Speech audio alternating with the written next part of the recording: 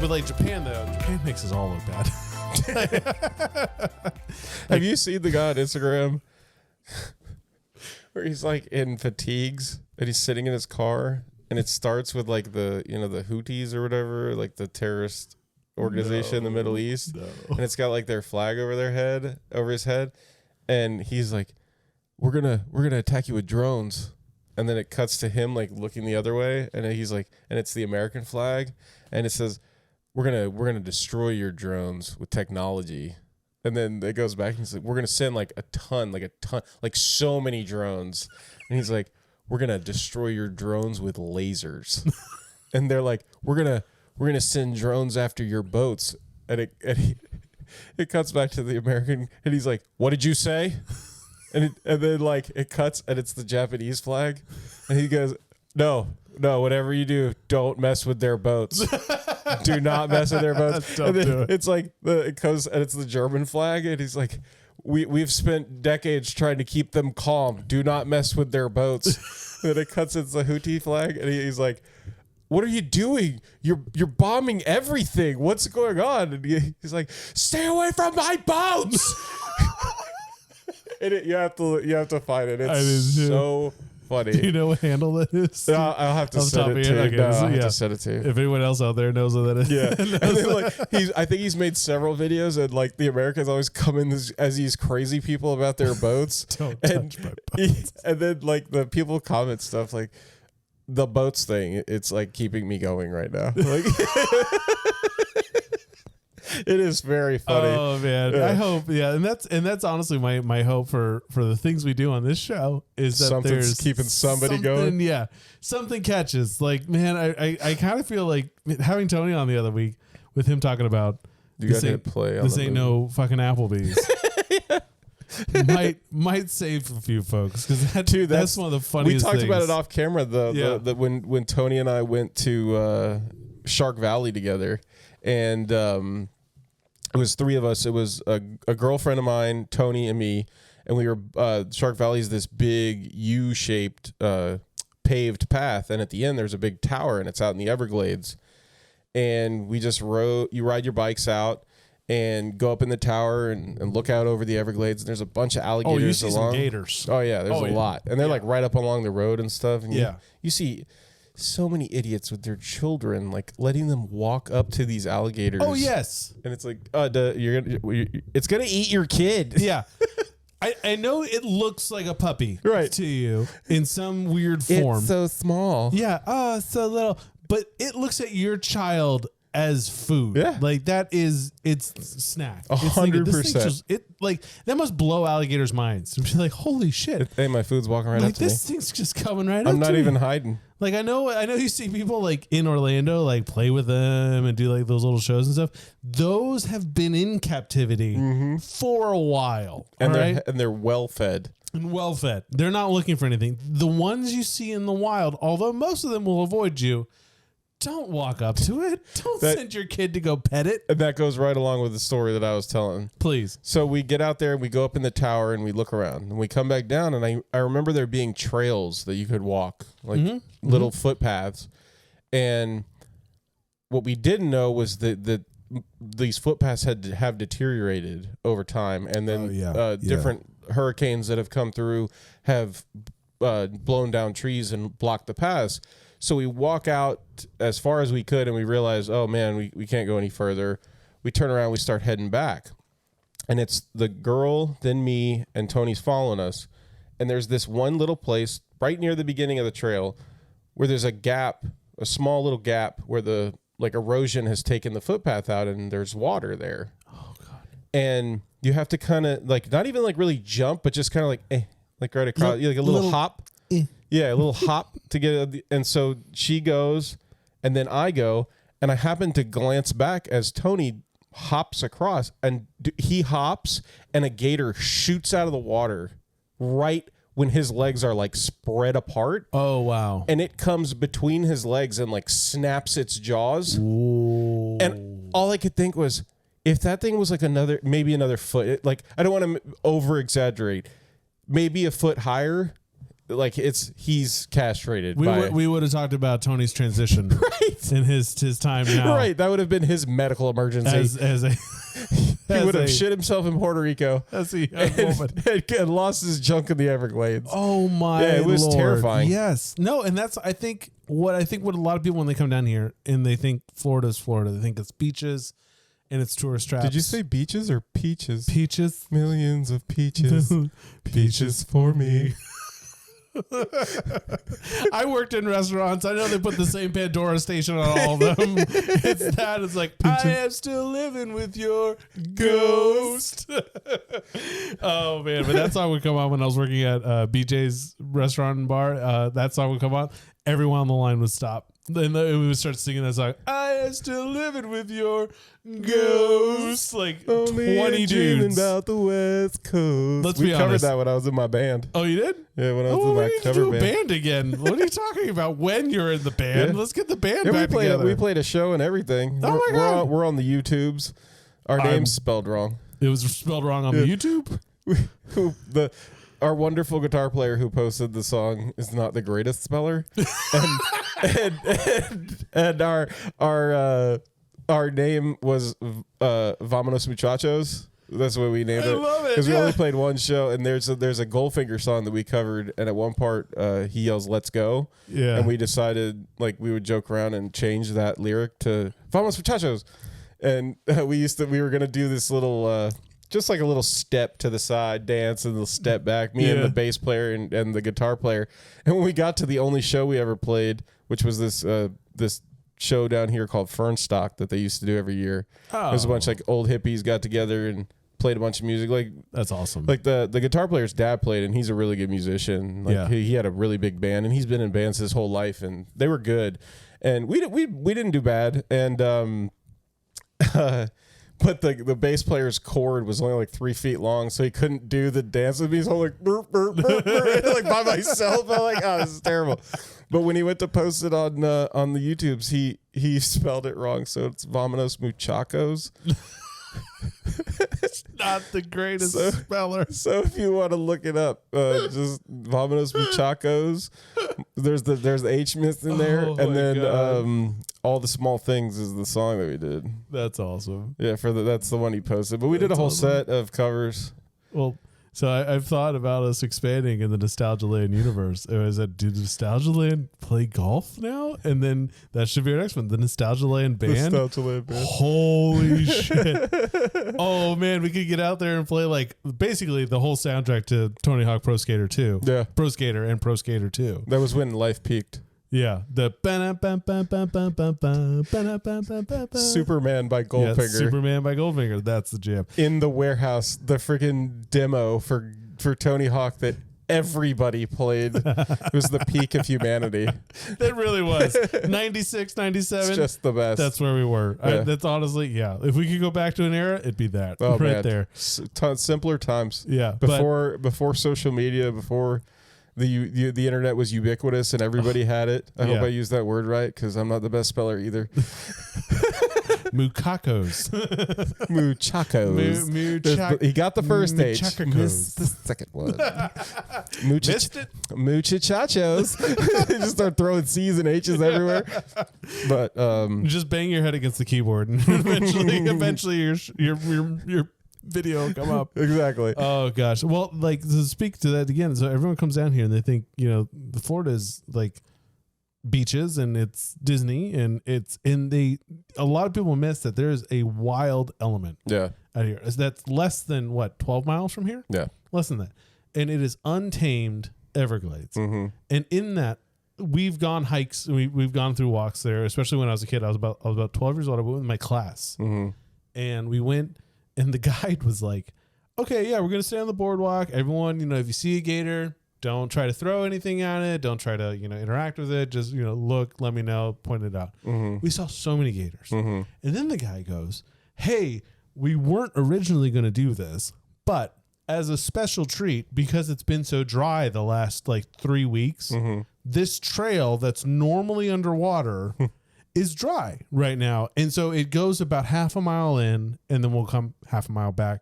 And he's like, you're going to see tons of snakes, bird. I'm already like, no, thank you. Yeah. Like I'm already like, and I quit. I see the snack bar from where I am at as a 12-year-old kid. I was really use a soda. I want to get a hot dog. You know, it's all lips and assholes. And assholes for me, baby. Please, over there.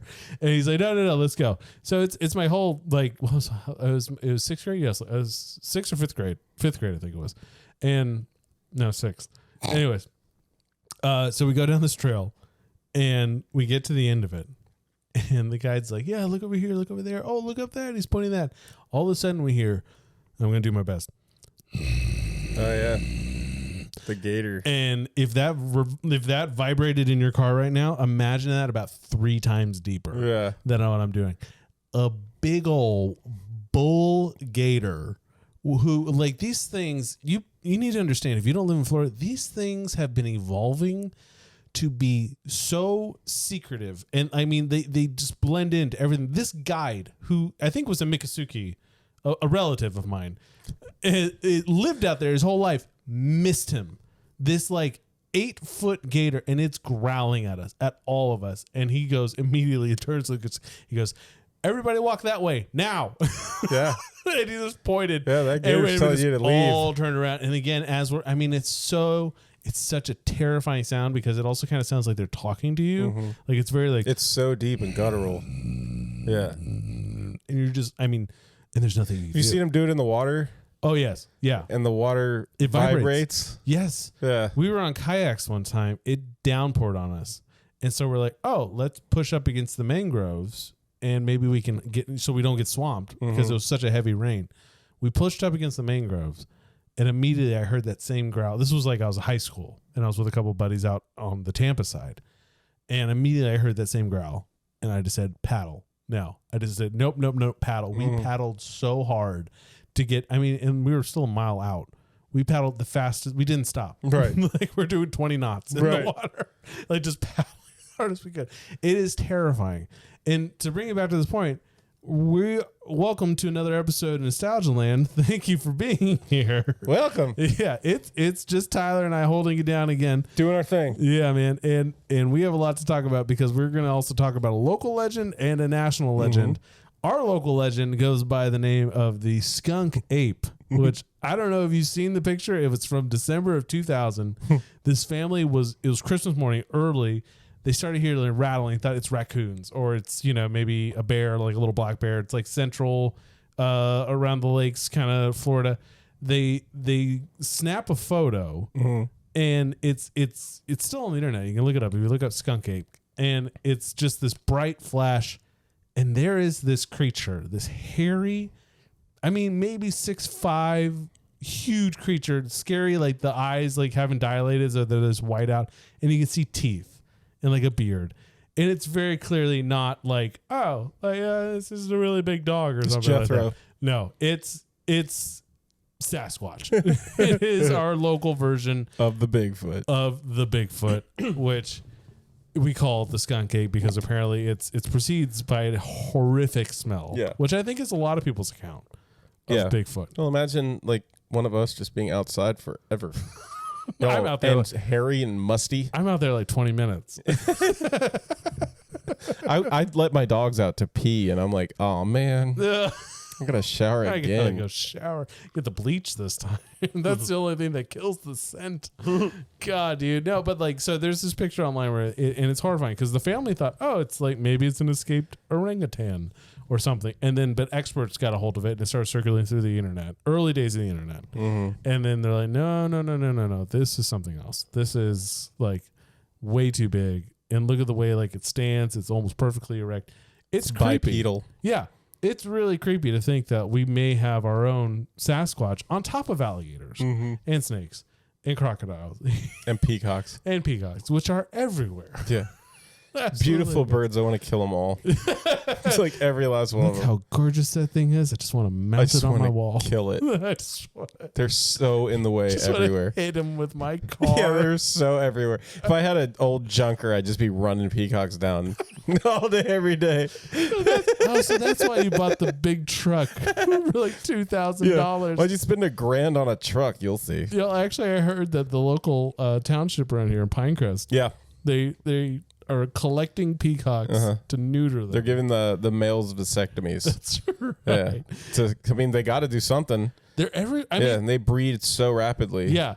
I mean, each nest can be like 24 eggs or something like that. Something like They're that. Big old birds. And they apparently don't seem to have a lot of predators because they just keep pumping. It's weird because growing up, there were areas of, I think we may have talked about this before on the show, but there were just areas of this town, that like Miami in general, where you knew that peacocks lived.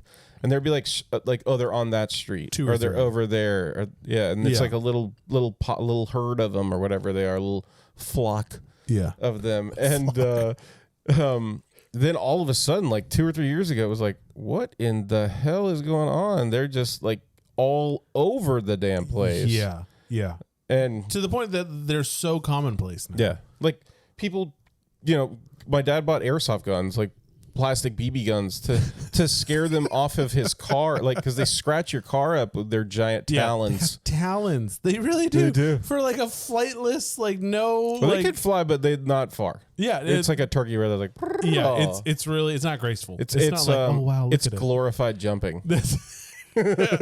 What's it, Buzz Lightyear? It's falling with style. Exactly. Or is that Woody? Anyways, no, it's Buzz. Yeah, it's Buzz. Yeah, they're right. Yeah. So yeah, but they're an issue. Like I drive through several neighborhoods, like not just here through Pinecrest or down in Color Bay, like Gables, everywhere. Down in the Bay. Yeah, I mean they are all over the place, and everywhere. It's not uncommon to see maybe 10 or 12 in a single yard now. Yeah. Which is crazy. I think there was one day where we're right on US 1, like a huge thoroughfare, and at Golden Rule, and like a peacock came walking into the tiki, and there's a girl that works with us who's like a huge animal lover, and immediately like took it upon herself to like kind of shoo it and like shoot it out. This thing like let her pet it. Like shut up. Yeah, like it was totally fine with her like coming in contact with it and like whatever. No way. It's cool. So now I know. Well, now shit. Now that gave me like an idea. Now next time I come across, you're just gonna start breaking peacocks' necks. Stupid bird. It's terrible. Yeah, you're like, why would you let me get this close? Your first mistake. Your first lesson and your last lesson. Okay, for all you PETA people out there, we're just kidding. Just joking. Like, I'm not going to go kill any birds. And absolutely not. I'm not doing it. Any birds shot with airsoft guns are completely unharmed. Yeah. They just learn to stay away because it stings. To wander off. And they're already doing their business to reduce the pet population. Yeah, exactly. So we're fine. Drew Carey, don't come after me, please. For all you youngins, he hosts the show called The Price is Right, which used to be hosted by Bob Barker, a local hero, someone I loved deeply. But anyways, so today we are, oh wait, hold on. Before we get started, I have to ask because, okay, so sorry. Today we are talking about, what year was this? Was this 89? I need to look it up, but it was right around in there. Yeah, it's Harry and the Hendersons. Harry and the Hendersons, baby. Really fun movie. It's awesome. Really fun movie. Yeah. And what's great about this show for me is when I go back, I remember being afraid of this movie because I believed so wholeheartedly that Sasquatch was real and he emotes and he has so many makeup facials and the animatronics in that face. They won an Academy Award for it. Oh, they did? Yeah. Oh, wow. But it is, and I think John Candy presented it as a throwback to last week's episode. But it's incredible. And it looks amazing. And we got the actor who played the Predator, 7'2" of him. Yes. Inside there. He's like your hero. He's following you around. I love this guy, man. He's so good. Unfortunately, he passed away, I think, in 91. Yeah, he was only like 33 or something. It's really sad. But just a badass movie. And like the Sasquatch, the Harry, the Bigfoot. Yeah. Looks amazing. Sorry, it was 87 and it's with Jon Lithgow. Now, that strikes me there too about it being like, holy crap, this was 87. Yeah. And our animatronics and makeup on this guy were so believable even then. And you would think something like that they made today would be completely computer animated. Oh, absolutely. 100%. It would be green screen the hell out of it. It would look like Planet of the Apes. And it would probably be Ron Perlman or something. He's already got the jaw structure. The jawline. For that, for put a big teeth in a or kind Mickey of an Rourke would face. just let him do enough plastic surgery so he looked like the ape. That's the one. And at the end of the movie, you're just like, oh, it just turned out to be Mickey Rourke on a bad drug trip. Yeah. That actually might be shave. hilarious. Oh, wait, we could write that movie. We could write Jon Lithgow finds a creature in the woods. When he walks into the woods and the other ones come out, it's like Keith Richards, Gary Busey. You gotta talk about butter sausage and why is it so good. You gotta learn how to eat burritos backwards. Okay, bye, Gary. Just wander into the woods now. Yeah, that's where I'm going. I'm gonna find them wood. I'm gonna get in there. I love Gary Busey. I don't want him. I don't want him. If he ever hears this, I don't want to ever think I don't love him. I do love him. Oh no, it's not smack talk. No, it's not. It's a pure love of the Buse. The Buse. Oh man. So it's Jon Lithgow, and like you said, so the beginning of this movie, I before we get into this, I gotta ask, do you believe Sasquatch is real? I can't 100% say no. But how would something that large hide for so long? Well, dude, that's and with all the hunting that goes on and the trail cams that are out there and all the wildlife that they catch, it just seems odd that there would because you gotta remember there's not just gonna be one of them. There's got to be a breeding population of these Sasquatch out there. Yeah. So somebody would have seen and gotten some better picture of, because there's people out there all the time. We're everywhere. That's one of the problems that people have. Now, granted, there is a lot of remote wilderness. There is a lot of remote wilderness. There's a lot of places people aren't. Which is why I said I can't 100% say no. Yeah. But I'm on the no side of the argument. Oh man. If we got definite proof, it wouldn't destroy my world. You know what I mean? I wouldn't be just you wouldn't be questioning God. Exactly. Existential crisis. I'd just be nothing. oh, all right. Now what would destroy my world is if Loch Ness was real. Oh, I've recently seen stuff about Loch Ness where they're like, it might actually just be a whale penis. Yeah. They're like, there's this species of whale that sometimes would come into there, and when they get a little excited, they try to, they roll over and their thingling comes out of the water, and it's hooked. It looks a little shaped like a Loch Ness kind of monster. So a bad photograph of it would definitely be like, oh shit, it's a dragon. Seriously. It's a dragon thing. Well, now there's the whole thing going on where they're saying that they're finding dragon skeletons in China and whatever. Yeah. But actually, because I've seen several anthropologists over the years, and they talk about the human. What was that? That was Bubba. Okay. Something fell in the background. As we're talking about, we have a dog outside. He's hanging out. He must have knocked something over.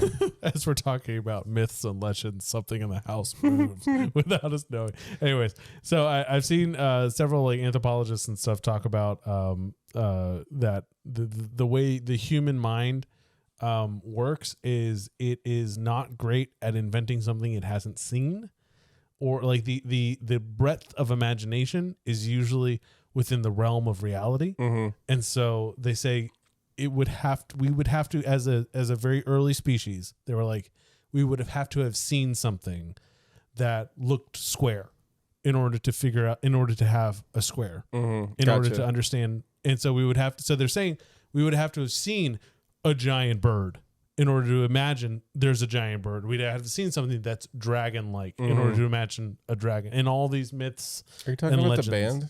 What? Are you talking about the band? To imagine dragons? Great band. I just think they're stuck somewhere creatively. Oh man. So yeah, I kind of go on I definitely on the fence of geez, it's been so long. Why don't we have a good photo of it? Yeah. But then I'm also I still think there's a good probability. I mean, what's the fun in saying no? Yeah. You don't have any whimsy in you whatsoever. Like, it's like, people who I there's a girl that I work with that is like, yeah, like Batman, like what? Yeah, he sucks. I'm like, excuse you. What? Like, we can't have conversations anymore. By the way, you're fired. Yeah, the upper bosses are like, oh man, what happened? You've never fired anybody. Yeah. And I'm like, well, she doesn't like Batman. They're like, okay, you're fired too. Okay, you can bring her back. Bring her back. Bring her fine. By the way, come visit us down at the Golden Rule. Yeah, come on down. What's it? It's US 1 and 175th. 175th. Yeah. That's right. I was going to say 192. Evergreen Street. 175th. Golden Rule. If you're local, please come down and join us. Anyways, come check us out. Yeah, so I definitely believe, I do think there's something out there. I think there's been enough experiences, enough evidence. And what's great about it is like they're consistent enough that people say like, oh, there's this really bad smell. Everything goes silent. And I was reading some of the stories of people experiencing what they thought that was the skunk ape, which apparently people have had sightings for the Florida Bigfoot since the 50s. And it's the same story. It's like they're out in the woods, they're camping, they're going around. It suddenly goes dead quiet. No birds, no wind, no crickets. And then they turn and I wouldn't say no wind. Oh, yeah. Well, sorry. No birds. I don't think no that crickets. the skunk could control the wind. Sorry. He's like, shh. Quiet, everyone. I'm here. Yeah, I gave him my Native American voice. Everyone quiet. Be around. Do not fear. Do not fear. I smell. But also, rawr. Absolutely. So we got Jon Lithgow, and it's another family. It opens up very much like last week's episode, which was the Great Outdoors. They're driving. They're coming home from a camping trip, and Jon Lithgow. First of all, this movie's is an hour and 50 minutes long. Yeah. There's no way we're gonna get through all of it. No. So we're gonna have to just cut to the goods. As they say. to the meat and potatoes. Yeah. But Jon Lithgow, he plays this like outdoorsman, kill everything that moves. He's a hunter. Like, I'm a hunter. I'm gonna Starts do it. with him and his son hunting a rabbit. And at the end of the movie, he is who you would expect Jon Lithgow to be, a very calm, polite, gentle, loving person. Yeah. And that was the hardest pill to swallow there at the beginning of the show was Jon Lithgow is this great outdoorsman. Although, did you ever see Dexter? I didn't know. Yeah, so the first couple of seasons of Dexter are awesome. Then it starts to taper off a bit, but Jon Lithgow comes in as the Trinity Killer in season 4. Oh, I didn't realize that. Okay. Yeah, he's a serial killer in that. Okay. He's evil. Okay, you see, like the fruits of the devil. See, now as a serial killer, I could get it because there's a certain air about them that I feel like the guy who also promotes progressive soup could hold. Okay. Progressive soup? Sorry, I can't do Jon Lithgow and like Christopher Walken, which the only way I can get into a Christopher Walken voice is he goes, ladies and gentlemen, Foo Fighters. Absolutely.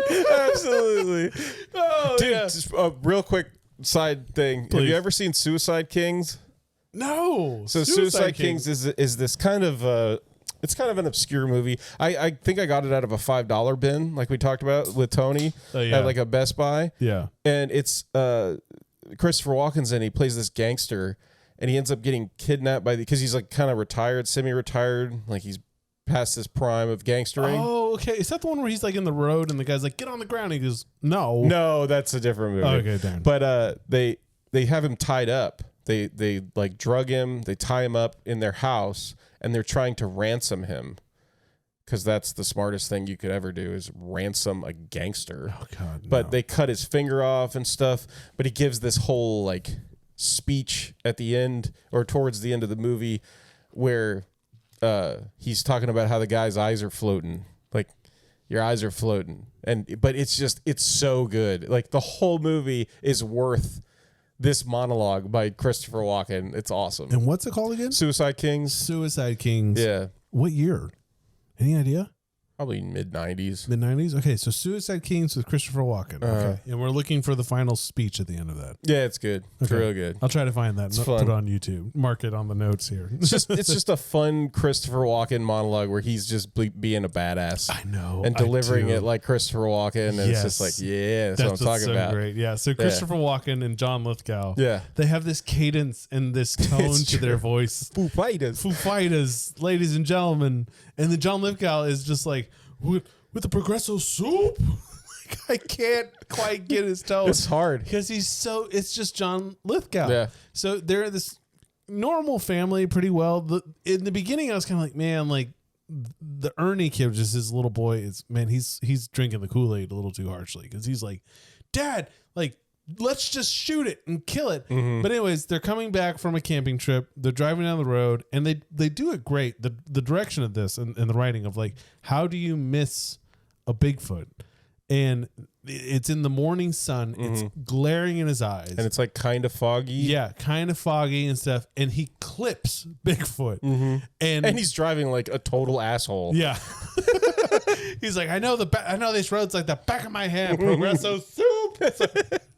And he's like, his wife's complaining, and like then he hits like road rages Bigfoot and takes him out on the side of the road, and they go through this whole process of like, is he dead? Is not dead. Yeah. Is he dead? He's like, and the wife's like, again, like, are you sure? And so they start figuring it out, and he's like, oh my God, I think this is a Bigfoot. And they go through the process. They put it on the roof. Mm-hmm. And one of the best bits I love of it was just it wakes up on the roof while they're driving. Yeah. And immediately screams into and like they freak out. They slam on the brakes again. It goes flying off the car. It gets knocked out again. And then Jon Lithgow does it again.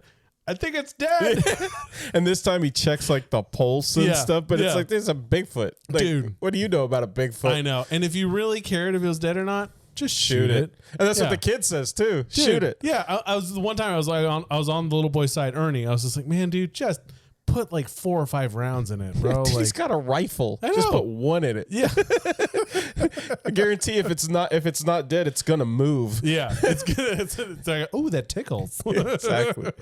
Well, then they like right after they finally get it all decide it's dead, and they're gonna take it home and try to make money off of this thing. Yeah. They drive away, and right then the Frenchman. Yeah, what's his name? Oh, yeah, we can look it up. He comes walking out of the woods, and he's been tracking the footprints, and he like picks up some of the hair off the ground and smells it. Jacques Lafleur. That's okay. I thought it was Lafleur, but I was thinking that's dodgeball. Peter Lafleur. Peter Lafleur. That's right. But so then he goes and he meets with the other old Bigfoot guy.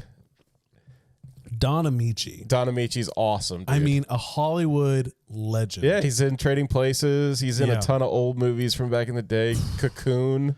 Hold on. Heaven Can Wait. Yeah, Cocoon. Mm-hmm. He was the voice of Shadow from Homeward Bound. Of course he is. I mean, when he's like, Peter. No wonder Shadow broke my heart. I know. I know. I can think of 3 scenes that I still tear up thinking about. And it's Shadow. One of them is Shadow coming up over that hill at the end of Homeward Bound. Limpy.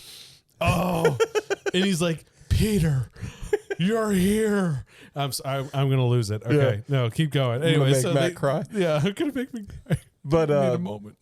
Yeah, and they basically talk about how Lafleur won't give up the hunt, and Don Amici's character, Dr. Westhoff, I think it's Westhoff. Wrightwood.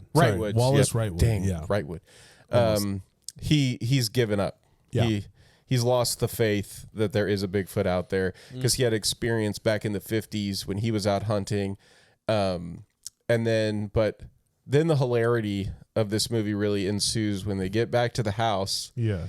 And in the middle of the night, they hear noise and they go downstairs, and the Bigfoot is eating out of going through their refrigerator. Yeah. And has like knocked it over on its side, and it's open, and he's just kind of digging through it. Yeah.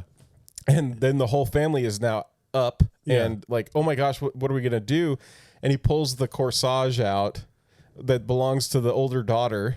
There's like the daughter and the son. Oh yes, okay, and he opens Sarah. he opens the corsage and he eats the flower. That's right. And she goes up and like yells at its face. She's like pointing fingers in this thing's chest. It's 7'2". Yeah. Just cock diesel.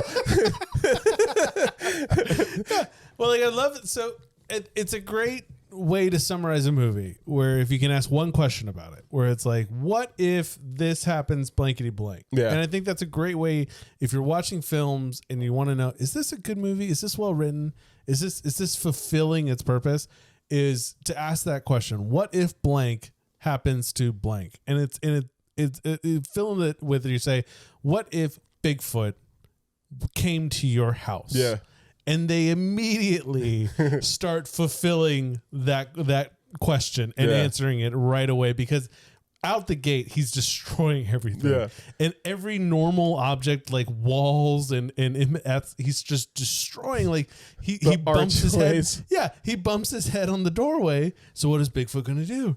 He immediately just pushes the whole thing up. And I have to say, this whole movie was just basically, it felt like if someone wanted to revamp this as like a home warranty commercial, I was like, they should just grab clips from this whole movie. Because it'd be like, what if? Because he's falling through everything. Because I'm assuming this creature must weigh 1,000 pounds. Yeah, it's huge. Yeah. It's humongous. Because he's crushing stairs and lumber and stuff. But one of the best parts of it is when they start to realize, oh, he's gentle. Mm-hmm. He's a vegetarian. He's a vegetarian or pescatarian. Yeah. At least he'll eat fish. Yeah, that's true. And he starts going through the goldfish and like kind of picking them out and trying to eat them. Yeah. But like the best scene, because I think that's what scared me as a kid, is that the prosthetics of this are so real. Yeah. And they did such a good job. So detailed. And he starts walking around the house, and Jon Lithgow, Progressive Soup, is a hunter. So he's got deer heads and quails and all kinds of stuff on the walls. And Harry. Yeah, because they name him Harry. Bigfoot walks up to a deer head on the wall and he's like, hi. He's like petting it. And he's like, how are you okay? Yeah. And then he looks behind the wall and he's like trying to find the rest of the deer because it's just the head. Yeah. So he starts punching holes in it. And immediately Jon Lithgow goes, keep him busy. Yeah. He runs through the rest of the house and starts collecting all the other dead animals. Taxidermied animals and putting them in the closet. So just funny. to hide him from Bigfoot. And then later in the movie, when that joke pays off a second time, where Ernie's like, I'll grab the camera. And he goes to open the closet. And Jon Lithgow's like, no. And when he opens it, all the taxidermy animals come pouring out of it. Yes. And the face of Harry is like, oh. And then he goes, I have an idea. Yeah. And they go out in the backyard and they bury all the animals. Yeah. And, he's patting it with the shovel like when you're done with a hole. And then all of a sudden, Harry's huge foot slams down on top he's patting it down too. Well, I felt like, I was like, is that like their explanation for why we just have these super stamped, Maybe. like, Bigfoot? Or you don't find Bigfoot bodies because they bury their dead? Because they bury their dead. Exactly. Yeah. I was like, wow, like this movie's kind of speaking to the lore and the legend and the reasoning behind why we don't have good shots of it or anything. And so basically Harry's there and they decide that he's gentle and they love him and they give him a name, and it's within, they spend a lot of time on it. Like the movie has a good pace. Yeah. Like they spend maybe like 45 minutes, I'm going to say, and it's an hour, it's almost 2 hours long. Yeah. And they get to that point where they're like, we love him. And we got to care for him, and we got to get him back to where he belongs. Right. So they try to lure him back into the station wagon with hamburgers. Yeah, with hamburgers and fish sandwiches. Yeah, and he won't because he won't eat the hamburgers because he's pescatarian. He doesn't like meat, so he'll do the fish. Yeah. So they take him back, and the little boy's upset. Like he's gone from like kill it, like fucking kill it, Dad, to like I love him, and there's these beautiful, sweet moments, and again, the animatronics sell it. So much the sadness in Harry's face whenever he gets sad, or when there's a few times in the movie where he's kicked back in a lazy boy eating like popcorn and watching like Addams Family and Abbott and Costello, I think was one of them. And he's cracking up laughing and like howling like ha. Oh yes. So funny. But it's so believable. Yeah, it just looks right on. Yeah, and I think that's what scared me about this movie was like when I was a kid. I remember seeing it. It's like, real. I thought like, oh my God, That's it's not real. a man in a suit. There was one scene. It was specifically the one where like he pops his head up from the basement. So like we got to hide him. And so they take him down to the basement and the boy follows them. And immediately Bigfoot breaks through the basement stairs, understandably. Yeah. And he like lifts the boy up to Jon Lithgow. And that was Jon Lithgow's kind of moment of like, oh, His like, aha moment. this thing is gentle and it has feelings and it cares. And then his face comes up and he gives this kind of like kind of face. Yeah. And I remember seeing like the that slow scene, kid in and class. I was like, oh, that's like, that was burned in my memory as like, oh, that's creepy because it's so real. Yeah. And I want to show my kids this movie because I want to see if they think like what they think about it, because I started to notice that like my older one, who's very much like me, when I show her these certain movies and stuff, she's like, Dad, that's weird, or like, that's creepy. And it's the same stuff that I was, but then my other one, who's very much like my wife, doesn't respond to it in that way. Yeah. Like my other one's just kind of like, that's not real. Like, it's so funny how like just kids are that way. Like one takes after you, the other one takes after mom sometimes. I'm not saying all kids do that, but I'm just, anyways, that's my situation. So Bigfoot gets loose. Are they in San Diego? Or are they in somewhere? Are they in San Francisco? I don't remember. It's California. Yeah. We know it's California. Yeah. But so Bigfoot gets loose. He gets upset. And Yeah, he gets ticked off. Yeah. And he starts running out and trying to find his own way back home. And they go through this great series of him just going from neighborhood to neighborhood, and he becomes a local legend because people start calling in and they're like, Bigfoot's in my house. Right. Like, what am I going to do? And like, at first the police don't believe Jon Lithgow. I love the scene when he's doing that Please. and he's going place to place and he's standing outside the woman's window and he's looking in and she's in the kitchen and she's cooking and she's got water boiling on the stove and she's lowering the chicken by its arms. And then he looks over because there's more bubbling and there's a hot tub. Yeah. And two older people come out and the husband is lowering his wife into the thing. And it's like cut between the chicken and the wife and the chicken and the wife. And it just looks like he's lowering his wife like a chicken into a boiling pot of water. Yeah. And then the guy's like, hey, buddy, stop looking through that lady's window. And he like turns and looks and the guy's like, holy crap. Like runs in his house. Well, then they all go on this big search. And what's funny is like, this is again another movie like Problem Child, where the dad works for his dad. Yeah. At a hunting thing. Yeah. At like a sports equipment thing. Right. And I was like, and unlike that one, I was like, oh man, like this is a little bit of a better relationship. Oh yeah, definitely. Slightly better. But Jon Lithgow apparently His dad still sucks. Yeah, it's not great. Don't work for your dad at a sporting goods store. Just don't. If your dad owns a sporting goods store, just walk away. Just do something else. But Jon Lithgow, he has this talent. He can draw. Yeah, he really can. And I mean, like, I don't know if it was exactly his hand. I'm sure someone else drew it for it. But they're pretty beautiful drawings. Awesome. Yeah. They're awesome drawings. Yeah. And so he has this talent. So his dad's like, oh, here, you draw this Bigfoot with like big menacing teeth and stuff, and we'll make a map of all the sightings and we'll bring in business. So basically it becomes like an in-town militia of people looking for Bigfoot. Yeah. And what I loved about that scene where Jacques comes in, he asks for Jacques, the original hunter from the woods, comes in and he asks for these massive bullets. Yeah. And I looked it up because I was like, what kind of... Like 4.56 or something like that? Yes. And I was like, what kind of gauge is that for? And it's for elephants. Yeah. You ever seen an elephant gun? I've never seen an elephant gun. No, I had to look it up. I'm Look not educated in that way. Look it up. Everyone listening, I had never seen one. Yeah. I looked it up. And the recoil on these things, apparently people who mishandle them, like it can separate your shoulder. Yeah. It can pop out out of it socket. Can mess you up real bad. Yeah. If you're not handling it. So folks, I avoid guns. I'm not the biggest gun guy out there.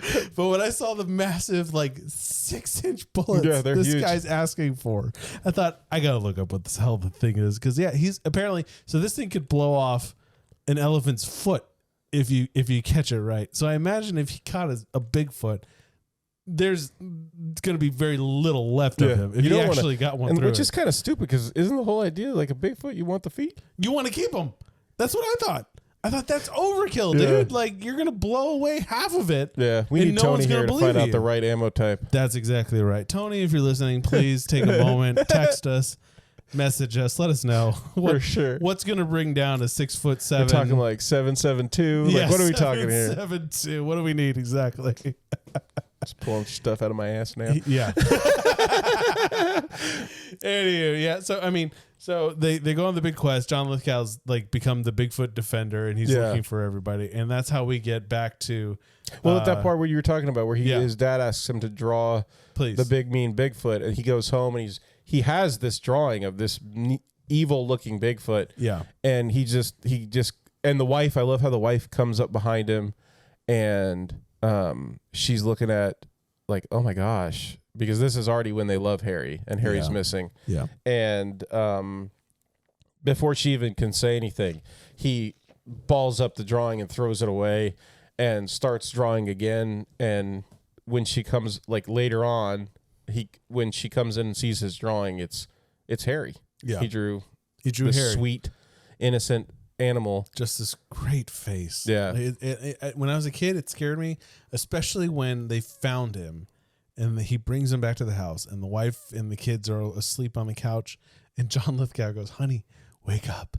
Look who's here!" Yeah, and it's Harry doing that big like, "Hey, kind of face." Guys. I was like, "That's super creepy, dude." Now, as an adult watching it, I'm like, "Okay, that's really sweet. Like, he's a very sweet thing. I feel safe with him." As a child watching it, I was like, "Why did you let this thing in your house? What did you think was going to be the best solution here to bring that home?" And I love where you get the scene because it's showing the different sightings, and Jon Lithgow's trying to track him down by going to these sighting points. Yeah, and he sees the bicyclist talking about how he saw Bigfoot and Bigfoot attacked him, knocked him right off his bike, and messed his bike up, and he maced him, and he's like, "You maced him? Like, what are you thinking?" And then Jon Lithgow was like, "I bet that's not even what really happened. I bet you were so scared that you fell off your bike, and he was just as scared as you were, wasn't he? And he finally was just like, yes, that's what happened." And then they got him on camera, and they're asking like, "How did you know that? How did you know that?" And he realizes like, "Oh man, like I'm on camera, like I'm on the news." Yeah. And I'm George. His name's George Henderson here in Hendersons, but he's like, "I'm George Hen." Like I gotta get out of here. And later, Harry sees the cameras inside, like the TVs inside the store, and it's playing the newsreel. Yeah. And he keeps grabbing he like breaks the window and he keeps grabbing the TVs out, trying to look at George, and he's like, "Ugh," and then it unplugs and he like throws it down. And he like grabs the next one, and, like goes TV. I thought that was so funny. The next TV. Yeah. But you were talking about so he becomes George Henderson. He starts finding research. About it. And he's trying to figure out where's he's looking for someone to help him and a place where they can take him where people won't be able to find him. Right. And then that's how we get back with Don Amici bringing in the whole weight of this movie on Don Amici. Yeah. I mean, Jon Lithgow's great. And you pick up the emotional, like he loves Harry and he's a great actor. He plays it so well. Yeah. But then they bring in Don Amici, who plays Woodwright, who's been researching, and he set up this whole, museum for Bigfoot up in the mountains, kind of near where they hit him and everything. And they bring him because they invite him over to dinner, and they're like, "Listen, like you're not gonna believe this. Like we found him. Like we had Bigfoot." And he starts talking about like, "I'm giving up. I've wasted 30 years or 50 years, something like." Yeah, he says, "Let me give you some advice. Yeah. I know when I was in the 50s, I was just like you. I went on a hunting trip, and I smelled this smell, and I turned around and caught a glimpse of the Bigfoot. Yeah. And before I could grab for my camera, he was gone. Yeah. And I've spent the last 50 years looking for him. And let me break it down for you and make it easy for you and put your mind at ease. There is no Bigfoot." And the entire time, Harry's standing behind him, and he has no idea. And when he turns his head slowly and looks up at this massive Bigfoot standing in the room, the Yahoo that comes out of this guy's mouth is amazing. He's just like everything he has in him. Yahoo! But he immediately comes on board with trying to get Harry back. Yes. I loved it when they're like, okay, well, first thing, we're going to wake up bright and early. And Harry, the Bigfoot's making a bed of leaves and branches on the side. And all of a sudden, Mr. Wrightwood, Don Amici's character, runs out the door. And they're like, well, I guess he didn't even say goodbye. Gone. Is he coming back? Yeah. And then he goes busting back in with a sleeping bag and he immediately puts it right down next to Harry on the floor. And he's like, oh, I'm snuggling into this guy. It's so funny. And he gives him, little Harry gives him a branch. Yeah. Like, here, bud, like, get comfy. We're good. Yeah. And like when he first gets there, before they introduce him to Harry and he finds out there's the Bigfoot, he's like, oh, something smells interesting. Yeah. And because it's a Harry. And then where's the roast? And the mom's That's like, right, the mom. it's buried in the backyard Under a shallow grave. in a shallow grave. And they're like, oh, okay, well, we've got plenty of other things. Let's just start passing around like salad and mashed potatoes, Brussels and sprouts and all that. Funny. Oh, my gosh, yeah. So they go through this great plan. They figure out how to get Harry back into the woods. And all this while, Jacques is on the way. And it's funny. Well, he was there. Yeah. And he the night when he was grabbing the TVs like I was talking about, they end up in the front of the dumpster, in the dumpster on the front of a garbage truck. That's it. Yeah. And that's exactly when Jon Lithgow, George Henderson finds Harry so they all come together at the same time. Yeah. And he had even been to their house with using a different name because he found their license plate off the front of their car from when they hit Harry. And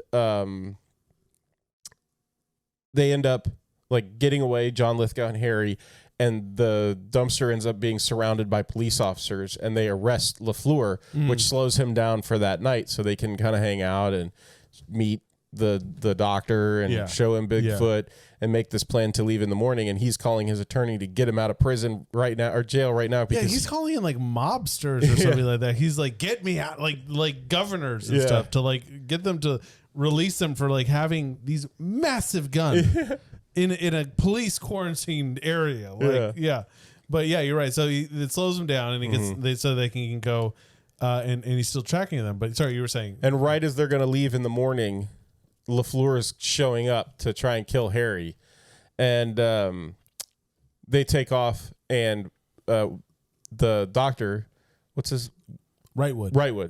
Man, I can't for some reason. And they know each other. Yeah, they're Frenchman friends. and Wrightwood. They know each friends. other. They've been together hunting Harry, as we find out, or Presumably, Bigfoot, like 20 years, right? Like, or longer. And one of them to kill him, and one of them to study him and research him. Yeah.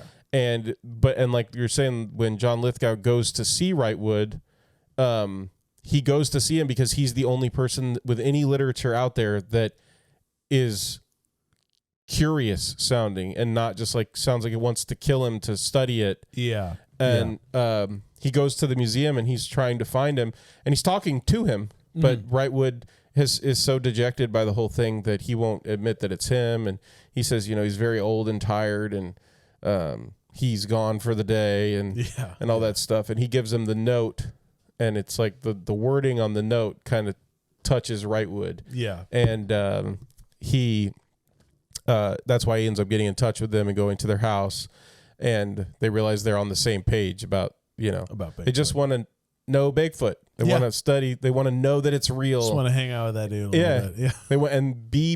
They want Harry to be part of the family. Yeah.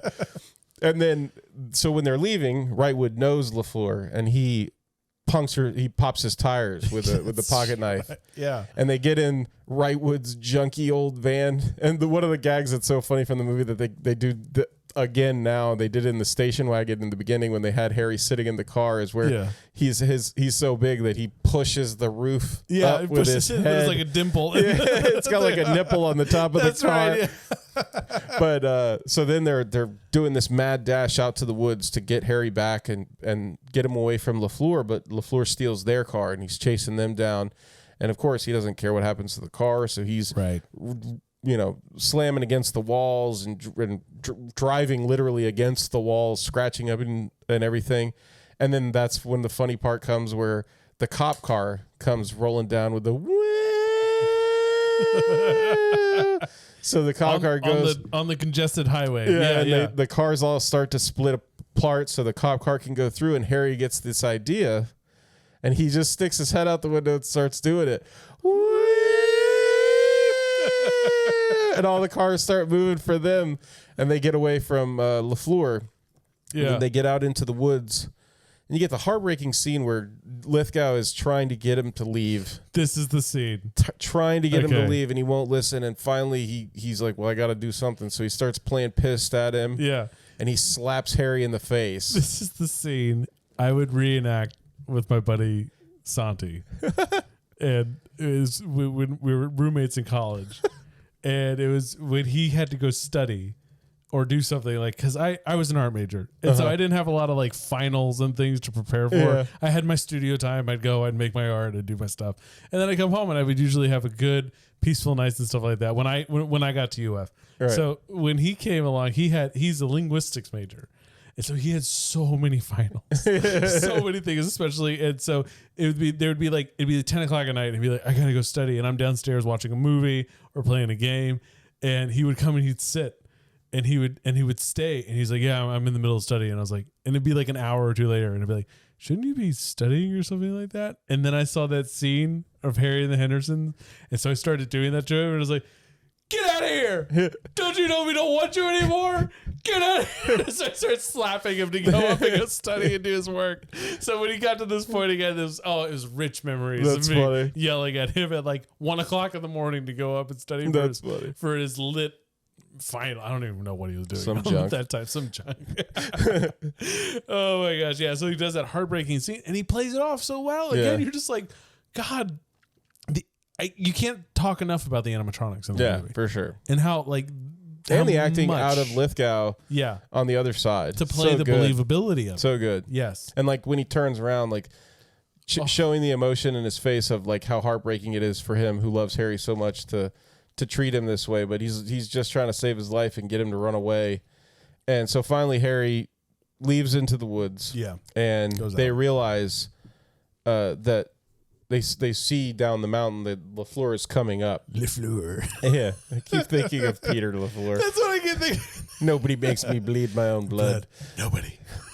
I know that's white, but gosh, it's so funny. I know. So they realize that the footprints are in the snow, and they're like, oh, no, we need to do something. So in the back of the doctor's van, I'm never going to remember his name. Yeah. They pull out those molds, these castings. The molds of Big Feet, and they start using them like snowshoes to make Bigfoot tracks. And then, mind you, there's an angry Frenchman with an elephant gun chasing them down. Seriously. And he starts going around trying to find him and everything. And he comes across, is it Jon? Is it Jon Lithgow? Oh man, is it the kid? Maybe it's a kid. I think it's a kid. And then their dog comes running over.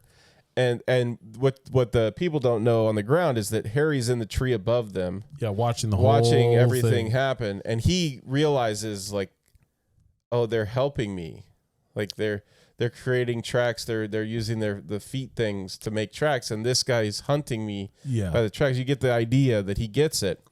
And that's an awesome scene when the dog starts biting. They got like a little Jack Russell Terrier that we never brought up in the movie during this episode. But he shows up at the end and he starts biting at LaFleur's ankles to get him distracted from the family member that he was messing with. I guess it was Ernie. I think it was Ernie, yeah. And Ernie gets to run away. And then Harry jumps down out of the tree and lands on his feet. And it's like a 20-foot drop, and this Bigfoot just bam appears in front of him. And right then LaFleur launches the dog, like picks it up and throws it like a football. And Harry just was like bam with one hand, and then gingerly sets it down on the ground. And then Who's they that start football going player at it. who did that? Who's that football player who did that Oh, one-handed like catch? Odell Beckham? Yeah, Beckham. He did. Oh, Beckham's that dog mid-flight. And I mean, it's so like, it's just sticks. Yeah. Like, this guy's got hands. Gets it like right in there, Yeah. right in between the arms and legs. Yeah, just that's right. right, perfect. Boom. And you imagine like the actor in that who played Predator. Yeah. Like, there's so much about his physicality that was needed in order to fulfill that suit. Yeah. Because, I mean, you're playing Bigfoot, dude. Like, everything about you has to be huge and lumbering and heavy. And there's not enough credit given to that guy who, not enough credit given. Let me actually get his name because I want to say it's Curtis. Yeah, well, I mean, just for him to put on the suit every day, put on the prosthetics, and to perform it in a way that is so believable that as a kid, I thought Bigfoot was going to show up at my living room the next day. Kevin Peter Hall, man. And I mean, I think it was said like his freshman year, junior year, he started at 6'5", and when he was his senior year, he finished at 6'9". Wow. So he definitely had one of those like probably one of those glandular problems like he just if he probably would have kept growing. Yeah. You think like he probably would have been like 7, kind of like an Andre the Giant. Yeah. Where you never stop. Like you have a pituitary yes issue. Yeah. But maybe. Yeah. So we're here at the hour mark. But anyways, LaFleur catches up to them, and what I liked about this movie is it could have just ended with like LaFleur being like, "Damn it!" and going on to the hunt. But they added like an extra like 20 minutes there. Yeah. At the end, where they convinced LaFleur of Harry's like gentleness. He's gentle and he's good. Yes, and that like he's more than just an animal. Yeah. And it's believable. Yeah. And it's not. You can argue it's cheesy. It's a little 80s like kind of cliche, but it's also it's like a family friendly like kind of almost like a children-y movie. Like yeah. Of course it is. Yeah. Of course it's cheesy. But it feels genuine. It does. It's got heart and soul. It feels genuine. I think it's the fact that Harry's character is the animatronics are so good. Thank you. That's exactly right. I mean, that's what it is. Yeah. Because Harry has a heart and a soul, and the emotions come through in just his eyes alone without if you took away all of the eyebrows and all of the cheek and you just had the eyeballs that they gave him, it looks like people eyes. Like the eyes are so emotive in and of themselves that it's incredible. And then probably the coolest part at the very end when they convinced LaFleur, which actually scared me. Sorry, it did. And Harry, says goodbye, and they have this heartbreaking goodbye with him, and he starts to walk off into the forest, and then there's like 5 of them. At least there's 3. 2 little ones At least and 2 3. big ones, Okay. I think, or 1 little one and 2 big ones. Yeah, and just big feet, just they're kind of there. like turn and walk, and it's like, wait, they were there the whole time? Yeah. No, the way like I went back because like what the hell? Yeah. Like it took me a second. Like I was watching this on my phone, and then I immediately, as I was laying in the bed, I was watching it on my phone. Hold on, and I put it on the biggest screen I have in my house, 65 inches, and I kept watching that scene over and over again because I was like, how well those creatures blended in, like their fur, it's their backs, their fur, and even the little one's the most obvious. But like the 2 big ones standing to the side, like from the behind, it's like, oh, this makes sense. Like maybe like there's been people who've walked right by these things and they're just standing perfectly still. Yeah. And sure enough, like it's like the gator. It feels like it's like the gator. The gator story. Like the gator guy who like I said, the guide missed him. Bro, the guide missed him, and if the guide misses him, this dude who grew up, he's like, oh yeah, I've walked these trails my whole life and all this stuff, and he missed an 8-foot bull gator, like literally, it was like 3 feet away from him. Yeah, and he was immediately like, run. Yeah. If he missed it, how many hunters and people do you think out there who? It's interesting when you're not looking for it, how well you can pass it by, but then when you start saying like, especially when you're in the wild, and you're like, we're gonna look for these rat snakes. Out in the Everglades. And I've seen guys do this. We're looking for rat snakes. And when you start noticing patterns of where rat snakes are, you find hundreds of them. Yeah. I mean, all over the place. And then, but if you're just walking down the trail, you never see them. Right. You never notice that. And that's, to me, that's the creepy part about being in the wilderness. Yeah. And then like just turning around and suddenly realizing like there's an an 8-foot bear, Yeah, like definitely. looking straight down at you, like 30 yards away, or you're out in the Everglades and you didn't realize you just hopped over a little nothing puddle and you almost lost your genitalia. Yeah. And Yeah. had a quick removal. Yeah. That was so I'm sorry, a quick transition. Yeah, exactly. Transition. Let's be positive about it. Yeah. Affirmations. He would accept his new life.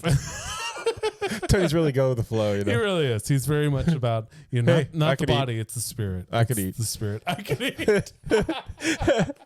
But Oh, I God, love real quick. I love the joke where I talked about, like, they did the corsage joke where he ate it and the daughter just had no shame, got right up in that giant's face and yelled at him. And then at the end, when they're giving their goodbyes to him, she pulls out a flower and she gives it to Harry, and he's so touched, and he opens his mouth and starts to put the flower in his mouth. And don't put this on camera, but just kidding. But That's how and you then go viral. He stops and like kind of like he gets it, you know, he gets it. Gotcha. Yeah. And then the other one that I love too is after they convince LaFleur that Harry is a creature worth saving. Yeah, he's not gonna hunt him. Yeah, and he's given up on his hunt, and can you imagine, like, you spent 50 years or whatever it is, like, looking for this animal, Yeah. and then to have this moment with this animal, and then to find out that it's like just shy of human, Yeah. and you're like, oh my gosh, this is crazy. And then they ask him, like, so what are you gonna do now? And he says, there's always Loch Ness. There's always Loch Ness. Like, oh no, that's funny. Which may or may not be a whale's penis. Whale's penis. He's gonna find one. Just grab a hold of it. They called it San Diego, which in German means A whale's vagina. Gotta love Anchorman. oh, and we stand by that. It's true. We stand by It's that true. every day. You want to close us out? Thank you so much for joining us on this episode of Nostalgia Land.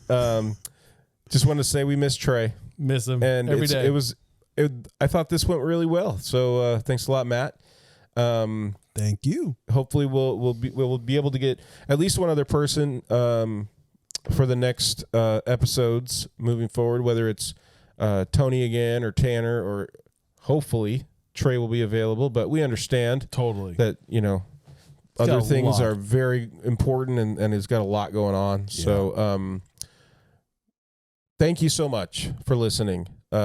Please, you know, check us out on Instagram, on Facebook, on Twitch. No, TikTok was the one I was thinking of, and it came out Twitch, and on YouTube. You know, if you could follow, like, subscribe, turn on that notification bell. You know, give us some comments. Comments are always fun. Tell us what you like, what you don't like. Tell us if there's property that you want us to look at. Please, yeah. Anything that you're nostalgic for that you'd like for us to ramble about for an hour or hour and a half, whatever we got going that day. Check us out on Shopify. Check us out on our website. We got some products, some things, and some stuff for you to get. But yeah, just again, thank you. And we hope to see you soon, to see you next week. Absolutely. Yep. Until then, I'm Matt. and I'm Tyler. Cowabunga.